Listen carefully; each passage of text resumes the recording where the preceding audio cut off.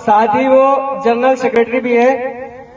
तो मैं उनसे अनुरोध करूंगा मिस्टर आबाद खान साहब हमारे बीच आए और अपनी बातों से हमको लाभान्वित करें। आइए सर। शहीदों की चिताओं पर लगेंगे हर बरस मेले, वतन पे मरने वालों का यही बाकी निशान होगा। साथियों, इस सभा में मौजूद हमारे अतिथिगण अंशुल गुप्ता जी, सुनील वर्मा जी, हमारे गुरु जी वसीम भाई, हमारे खालिद खान साहब और जो दो अभी मेहमान आए उनका मैं नाम नहीं जानता हूं, माफी चाहूंगा। उन सबका मैं राजेश गुप्ता जी और दूसरे भी गुप्ता जी हैं, मैं इन सभी का एम्पावर इंडिया ट्रस्ट की तरफ से आपका हार्दिक स्वागत करता हूं इस सभा में और उम्मीद करता हूं कि इसी तरह से आपका स्नेह, आपका प्यार, आपका दुलार एम्पावर इंडिया ट्रस्ट को और एम्पावर इंडिया जो कैंपस है, जो एकेडमी है, उसको मिलता रहेगा। आज का दिन बहुत बड़ा दिन है, महापर्व का दिन है और मुझे खुशी इस बात की है कि सरकार ने आज के इस जो प्रोग्राम है उसको अमृत महोत्सव का नाम दिया है, क्योंकि हम आजादी को हासिल किए 75 ईयर्स हमको हो गए हैं। लेकिन हमारे जो स्टूडेंट हैं यहाँ के, उन्होंने एक बात कही जो मुझे बेहद खुशी हुई ये समझ के, जान के। इन्होंने कहा कि आज हम 76वां यानी कि 76वां स्वतंत्रता दिवस मना रहे हैं। बिल्कुल सही कहा है, क्योंकि गवर्नमेंट की तरफ से इतनी ज्यादा एडवर्टीजमेंट है तो मुझे डाउट था कि बच्चे यही ना कहने कि 75वां मना रहे हैं, तो आप लोगों ने वो गलती नहीं की। इसके लिए आप लोग बधाई के पात्र हैं।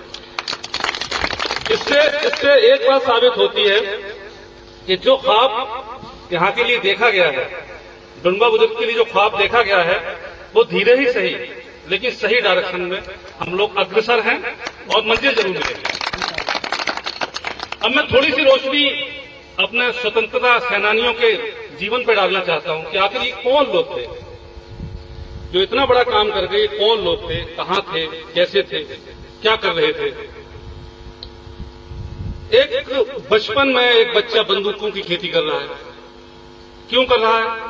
कि उसने अपने आसपास का एक एटमॉस्फेयर देखा, एक माहौल देखा और उसे लगा कि आज की देशभक्ति इसी में है कि मैं बंदूक उठाऊं और बंदूक के जरिए अंग्रेजों को यहां से भगा दूं। एक दूसरा उसी टाइम पे एक दूसरा साथी डिस्ट्रिक्ट फैजाबाद में कुछ सपने बुन रहा है, कुछ ख्वाब देख रहा है, कुछ भविष्य के ख्वाब देख रहा है। जब महात्मा गांधी ने कहा कि हम नॉन कोऑपरेशन में जाएंगे, असहयोग आंदोलन करेंगे, तो ये नौजवान साथी खुशी खुशी उसमें शामिल हो गए। लेकिन इस तरह की कुछ घटनाएं हुई कि एक पुलिस स्टेशन में आग लगा दी गई, 22 पुलिस वालों को जिंदा जला दिया गया, तो महात्मा गांधी ने उस आंदोलन को वापस लेने में ही भलाई समझी और उन्होंने असहयोग आंदोलन को वापस ले लिया। उसका नतीजा ये हुआ कि जो नौजवान अभी यंग थे, जो अपनी 20s में थे, 21-22 साल के थे, 18-19 साल के थे, उन्हें लगा कि महात्मा गांधी का जो कदम है वो ठीक नहीं है।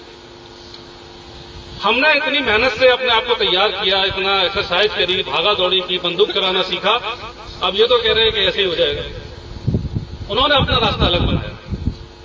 तो इसी तरह हम लोग पढ़ते हैं इतिहास की किताबों में कि दो तरह के लोग थे, एक नरम दल के नेता थे, एक गर्म दल के नेता थे। तो जो मैं आज बात कर रहा हूं, हमने जो नरम दल के नेता हैं उनके बारे में बहुत कुछ पढ़ा सुना है और अक्सर हम लोग बयान करते रहते हैं। उसमें जवाहरलाल नेहरू हैं, महात्मा गांधी हैं, इस तरह के लोग हैं। और सुभाष चंद्र बोस का नाम आता है जो कि गर्म दल के नेता थे और जिन्होंने एक पूरा मूवमेंट शुरू किया था। लेकिन कुछ ऐसे वीर शहीद हैं हमारे जिनके बारे में बहुत कम लोग जानते हैं। मैं अशफाकुल्ला खां की बात करता हूं। जब अशफाकुल्ला खां को इस बात का एहसास हुआ कि हमें महात्मा गांधी का जो आंदोलन है, असहयोग आंदोलन, उसको उन्होंने वापस कर लिया है, इससे आजादी नहीं मिलने वाली, तो वो चंद्रशेखर आजाद और इस ग्रुप में शामिल हो गए और इन्होंने एक प्लानिंग किया अगर आज कोई चोरी करने की कोशिश करे तो लोग क्या कहेंगे, लुटेरा, लेकिन अशफाकुल्लाह खान ने जब ट्रेन लूटने की कोशिश की तो आज हम क्या कह रहे हैं उनको, शहीद, इसी नाम से पुकारते हैं ना। लेकिन अशफाकुल्लाह खान हूं या मुरारी गुप्ता जी हूं, इन लोगों ने क्या किया, इन लोगों ने ट्रेन लूटा था काकोरी में। काकोरी जो कांड है बहुत फेमस और मशहूर कांड है। तो एक तरफ अशफाकुल्लाह खान थे, दूसरी तरफ मुरारी गुप्ता थे। मैं ये बात क्यों कह रहा हूं आप लोगों से, आपको मैं हिंदुस्तान की जो तहजीब है उससे परिचय कराने की कोशिश कर रहा हूं कि एक तरफ हिंदू है, दूसरी तरफ मुस्लिम है, तीसरी तरफ सिख है, ईसाई है, जैन है, पारसी है। लेकिन जब नेशनल इंटरेस्ट की बात आती है, जब राष्ट्र की बात आती है तो हम भारतीय हो जाते हैं। एक सिरफिरासा आदमी जो कि मजिस्ट्रेट है, जो कि लोगों के फैसले करता है, और अंग्रेजी हुकूमत ने उसको बड़े लाल प्यार दुलार से उसको पाला है, उसको पोषा है, उसको अच्छी सैलरी देते हैं, सारा कुछ देते हैं, लेकिन पता नहीं उसे क्या हो जाता है। अचानक से अपनी नौकरी से त्यागपत्र देता है और निकल जाता है गलियों में, मोहल्लों में, और लोगों के आगे झोली फैलाता है, कहता है मुझे 2 रुपया 4 रुपया 8 आना 4 आना दे दो, मुझे एक यूनिवर्सिटी कायम करना है। चलते चलते चलते चलते वो आदमी पहुंचता है राजा महेंद्र प्रताप सिंह की हवेली पर और कहता है, महाराज जी मैं एक नए काम करने जा रहा हूं, मैं एक यूनिवर्सिटी कायम करना चाहता हूं, मुझे आपका सहयोग चाहिए, मुझे आपका जो भी आप सहयोग कर सकते हैं वो चाहिए। और राजा महेंद्र प्रताप सिंह बहुत सारी जमीन उस आदमी को दान कर देते हैं, कौम की भलाई के लिए, समाज की भलाई के लिए, और उस आदमी का नाम था सर सैयद अहमद खान। क्या जरूरत थी उस मजिस्ट्रेट को, किसी ने कहा नाच दो तब देंगे, नाच दिया। किसी ने कहा ये कूड़ा उठा लो तब देंगे पैसा, उठा लिया। किसी ने कहा जूते ले लो, ले लिया। लेकिन आज क्या है, आज अलीगढ़ मुस्लिम यूनिवर्सिटी से कितने सारे तलबा पूरी दुनिया में छाए हुए हैं, नाम रोशन कर रहे हैं। किसका नाम रोशन कर रहे हैं? इस मुल्क हिंदुस्तान का नाम रोशन कर रहे हैं। तो शिक्षा से ही विकास है मेरे दोस्तों। और ये जो हमारा मुल्क हिंदुस्तान है ना, इसका जो सेकुलरिज्म है, इसकी जड़ें बहुत गहरी है। तो ये छोटी मोटी जो शक्तियां कभी कभी आपको लगता है कि ये हिला रही हैं, वो कुछ नहीं होना है, उससे कुछ नहीं होता है। इसकी जड़ें इतनी गहरी है कि कोई इसको अलग नहीं कर सकता। जब सर सैयद अहमद खान निकलते हैं तो उनका हाथ कौन पकड़ता है? राजा महेंद्र प्रताप सिंह। जब अशफाकुल्लाह खान बंदूक उठाते हैं तो उनका साथ कौन देता है? हुराई लाल भुट्टा। तो ये देश जो है साझा विरासत है, हम सबकी साझा विरासत है। और मैं बड़ी जिम्मेदारी के साथ कहता हूं, इस ट्रस्ट के ट्रस्टी होने के नाते, इस ट्रस्ट के जनरल सेक्रेटरी होने के नाते मैं बड़ी जिम्मेदारी से कहता हूं कि उसी परंपरा को आगे बढ़ाते हुए एम्पावर इंडिया ट्रस्ट का गठन किया गया। यहां बिना किसी भेदभाव, बिना किसी जात पात, हम सिर्फ और सिर्फ अपने लोगों की सेवा करना चाहते हैं। इस देश को हम विश्व गुरु बनाना चाहते हैं। इस देश के हर उस नागरिक को हम शिक्षित देखना चाहते हैं जो कि किसी वजह से शिक्षा से वंचित रह गया है, उसके पास पैसा नहीं है, उसके पास उतना कहीं विदेश जाने के लिए या किसी अच्छे शहर में जाने के लिए उसके पास उतना पैसा नहीं है। हम उसकी मदद करना चाहते हैं। इसीलिए जैसे सुनील भाई ने कहा कि यहाँ पर बंजर जमीन है, बिल्कुल ठीक बात है। खालिद भाई तो अक्सर कहते भी हैं कि सर सब जमीन पे तो सब लोग पौधे उगा लेते हैं, मजा वो है कि बंजर जमीन पे उगाया जाए। लेकिन मुझे उम्मीद है आप लोगों की शक्ल में जो हमें हिम्मत मिलती है, मुझे उम्मीद है कि धीरे ही सही, स्टेप बाय स्टेप ही सही, लेकिन हम आगे बढ़ रहे हैं। आप पीछे देख रहे हो 6 खंबे तैयार हो गए। हाँ, ये बात अलग है कि इसमें उन लोगों ने मदद की है जो शायद यहाँ कभी आएंगे भी नहीं, आते भी नहीं है, बल्कि डुम्बा बुजुर्ग कहां पर है उनको नक्शे पर भी नहीं पता होगा, लेकिन वो आपकी मदद करते हैं। क्यों करते हैं? क्योंकि उन्हें अपनी जिम्मेदारी का एहसास है। मैं गंगनवाड़ा में 10वीं तक की मैंने एजुकेशन ली, MR Sherwani higher secondary school था। अब मैं सोचता हूं कि मुस्तफा रशीद शेरवानी को क्या जरूरत थी इतनी दूर से आगे गंगनवाड़ा में एक स्कूल डाल गए। सब कुछ था उनके पास, जीप फैक्ट्री चला रहे थे, बड़े पैसे वाले थे, कोई दिक्कत ही नहीं थी, सब ऐशो आराम था, उन्हें क्या पड़ी थी। और मैं 10 रुपए 15 रुपए महीना देके और पास होके और कहीं पहुंच गया। क्यों? क्योंकि वो एमआर शेरवानी साहब की पैसा था, उनकी मेहनत थी कि वहां उतनी कम फीस दी जाती है।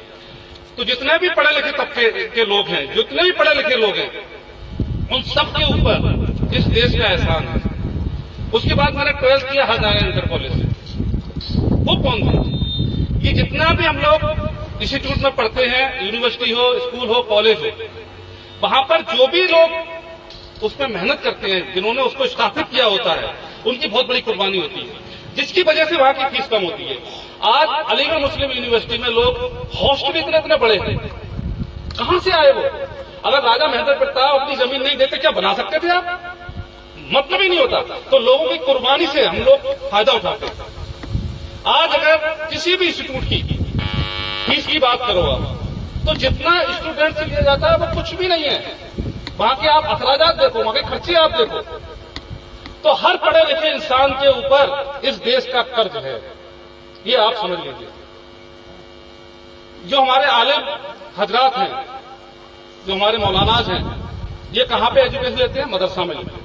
मदरसा कौन चलाता है? मदरसे में कौन पैसे देता है? आप देते हैं, आप देते हैं, आप देते हैं। जब ये वहां पे तालीम पाके आते हैं, तो इनकी जिम्मेदारी है कि अब ये कौम को वापस करेंगे। और जो आदमी ये नहीं कर रहा है वो गुनहगार है। जो आलिम दीन कौम के पैसे पे पल के बड़ा होके आलिम बनता है और वो समाज की खिदमत नहीं कर रहा है, समाज को एक रखने की कोशिश नहीं कर रहा है, तो वो समाज के साथ इंसाफ नहीं कर रहा है। इसी तरह से हर पढ़ा लिखा आदमी जो अपनी लाइफ में कामयाब है, जिसने पढ़ लिख के कामयाबी हासिल की है और वो पे बैक नहीं कर रहा है, वो अपने देश को नहीं दे रहा है, वो अपने स्कूल को नहीं दे रहा है, जहां से पढ़ के, जहां से शिक्षा हासिल करके वो कहीं पहुंच गया है, तो वो इस देश का देशभक्त नहीं कहलाता मेरे हिसाब से। उसे देना होगा।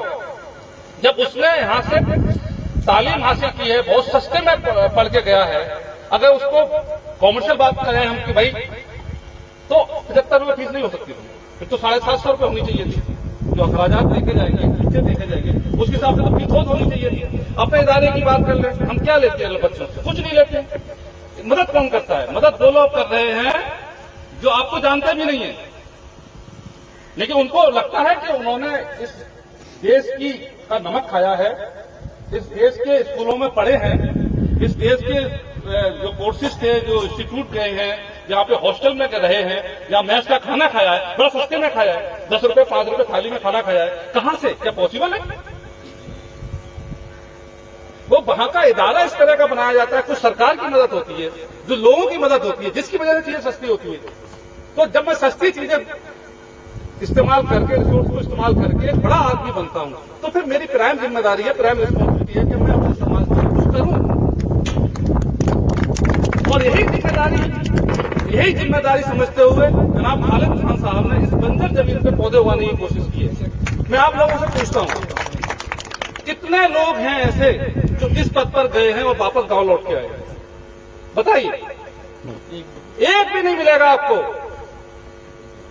मैंने पूछा भी, मैंने क्या जरूरत थी, बर्ड फ्लू पे निकल जाते यार। इतना आपने संघर्ष किया, इस गांव से पढ़ लिख के आप यहां तक पहुंचे, कितने संघर्ष के बाद पहुंचा हुआ कोई आदमी, जरा सोच के देखो। और आपके पास सब कुछ था, रुतबा था, पैसा था, गाड़ी बंगला सब कुछ था आपके पास, फिर क्या जरूरत थी यहां पर बिना एसी में पड़े हुए मच्छरों से कटवा रहे हैं अपने आप को? जरा सोचो। ये फिक्र है, ये फिक्र है कि हमें अपने देश के लिए कुछ करना है। हमें जो विश्व गुरु बनने का सपना हमारे देश ने पाला है, इसमें अपना एक अहम किरदार हमें प्ले करना है, एक किरदार निभाना है। भाषण बहुत लंबा हो जाएगा, तो मैं अपनी बात को यहीं पे विराम देता हूं। आप सभी लोगों का बहुत बहुत धन्यवाद, खासतौर से हमारे अतिथिगण जो अपना कीमती समय निकालकर हमारे इस प्रोग्राम में शामिल हुए हैं। मैं उन सब का हार्दिक अभिनंदन करता हूं। धन्यवाद। जय हिंद।